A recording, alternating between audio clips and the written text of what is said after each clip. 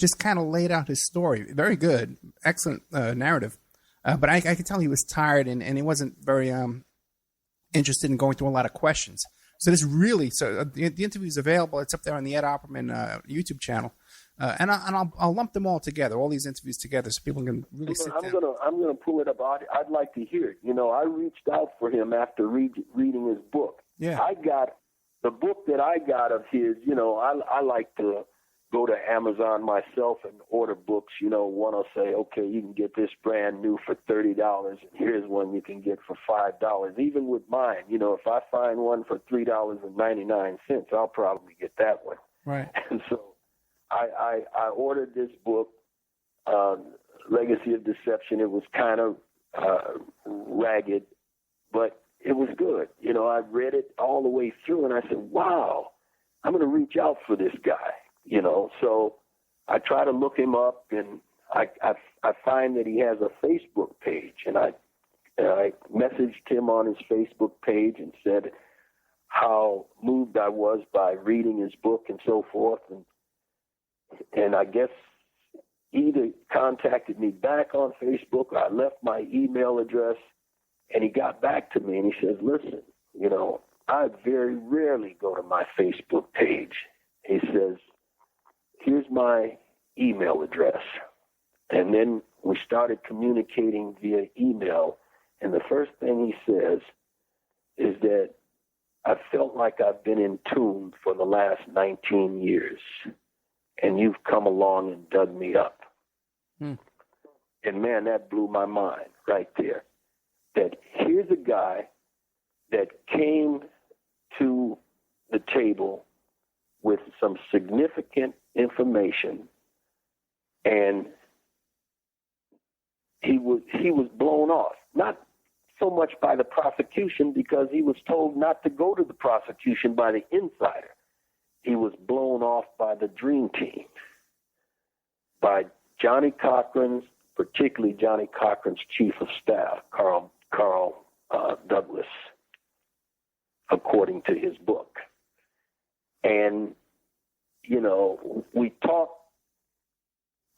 talk on occasion now via internet, via email, and Stephen, he's written about 14 different true crime books. So I guess once he felt that they had shut him down and entombed him and so forth, he really did not get into any more depth of this stuff. He was just kind of angry about how this thing was going. He really got into a heated situation with Carl Douglas and Cochran, because he didn't think that, with Douglas, I know it was, because he said that he didn't think that, he thought that the evidence should be the issue, that the planted glove, the blue plastic found with the planted glove, that should be the issue. That could undermine this case.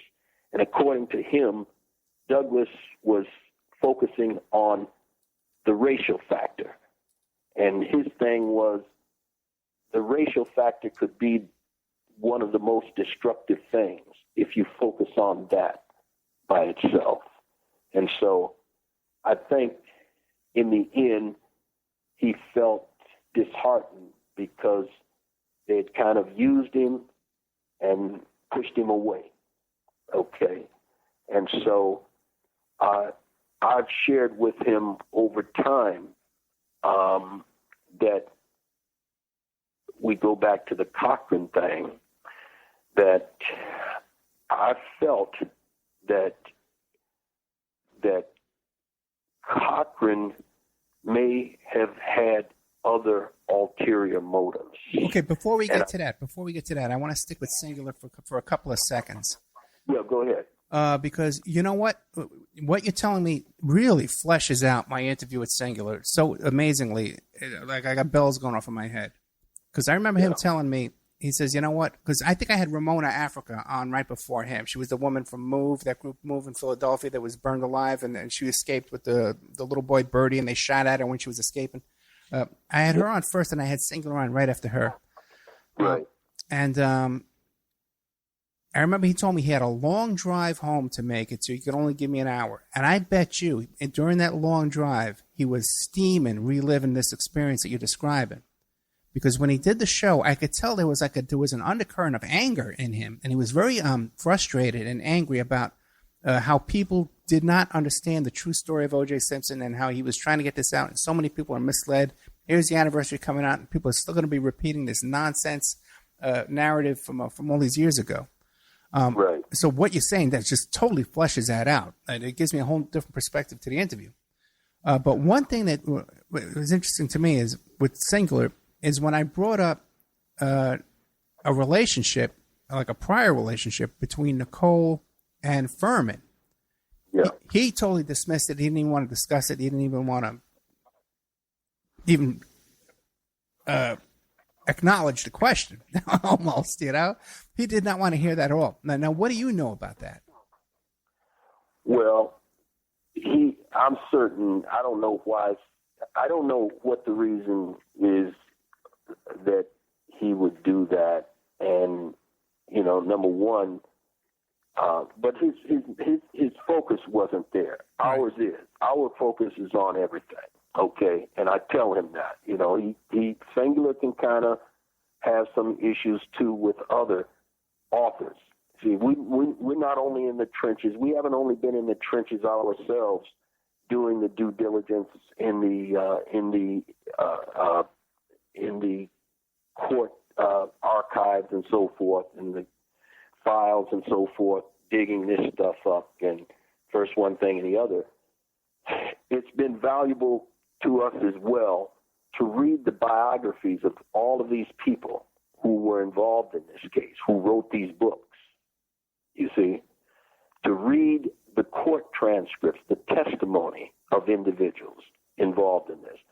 Now, one individual that I hold up, and I hold Singular up higher than my own pursuit of Exhibit 35, which, when I look at it, is like a 500-page compendium, because when I did it, I had no clue other than I was just getting everything out of me that I had been in the trenches digging up for the last 15, 20 years, okay?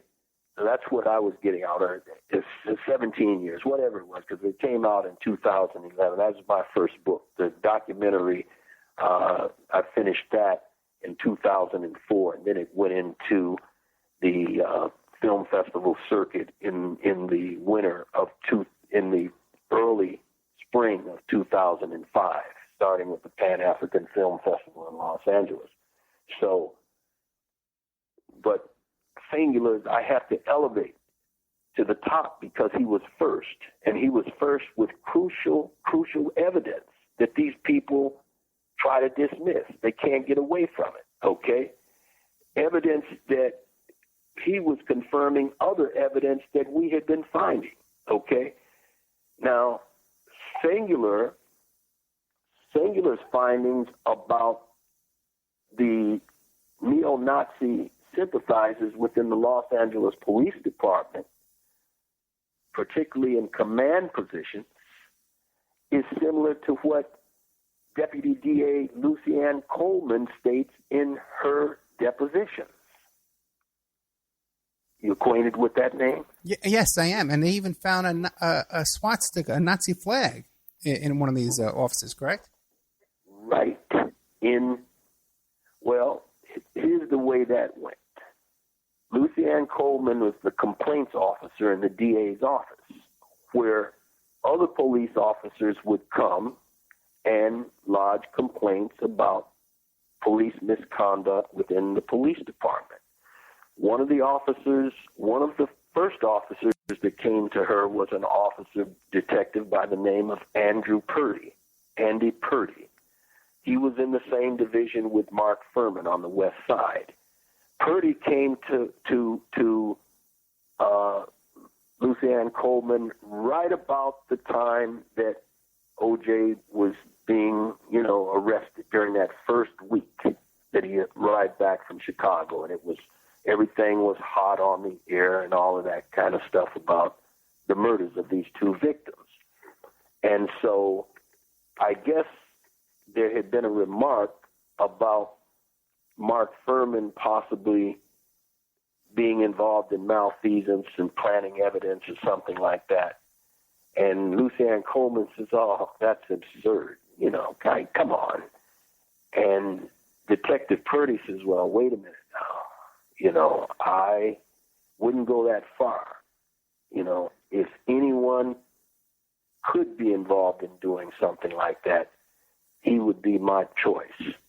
And then he began to outline his complaint against Furman in terms of some of the stuff that he had been allegedly doing in the precinct. He said that Furman was upset with him because he had married a Jewish woman. Okay. And Furman was this guy that he claimed paraded around the precinct on the weekend wearing Nazi paraphernalia. And that at some point in time after he came back from his honeymoon, he had a swastika placed in his locker. Right. And so Lucy Ann Coleman called in the internal affairs to check on this thing.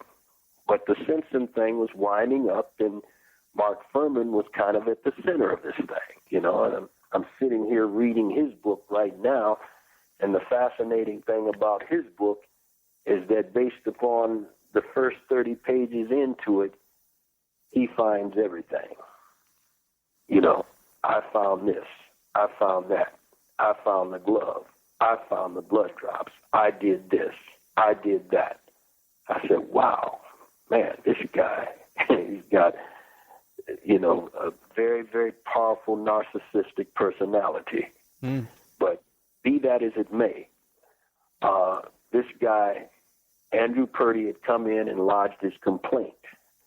And so Lucy Ann Coleman, when she called in internal affairs, and all of the media was now focusing on Mark Furman being the Dudley Do-Right that had, you know, that had made the discovery of the glove over at Rockingham, she goes to Marcia Clark and says, you know, Marcia, you know, I've known you for 19 years. We've been friends and so forth here.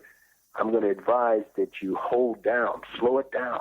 You know, don't throw your arms around this guy, Mark Furman, until this internal affairs investigation is completed. Well, Marcia Clark didn't take too well to that. So according to Lucy Ann Coleman's deposition, Marcia cussed her out, you know, talked to her bad, accused her of trying to usurp her case, and said that she was tired of people infringing upon her case, blah, blah, blah, you know. And so, you know, Lucy Ann Coleman said that she was shaken by how she was handled in that situation.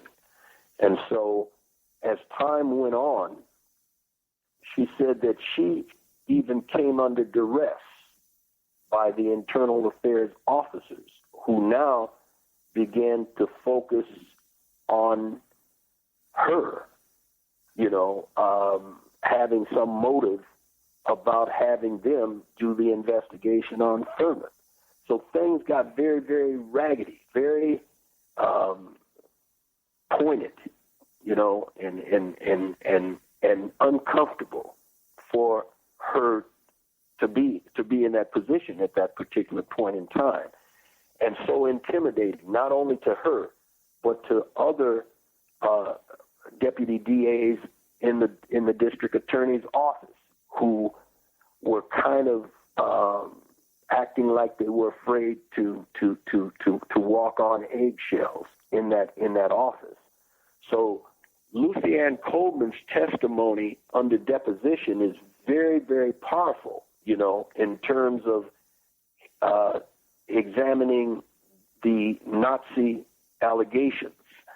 But on the day that she was to testify in open court, if I remember correctly, all of the attorneys went to sidebar with Judge Ito, and I think she was sitting. In fact, yeah, she was on the witness stand. But before they got to having her testify, they reached an agreement at sidebar, and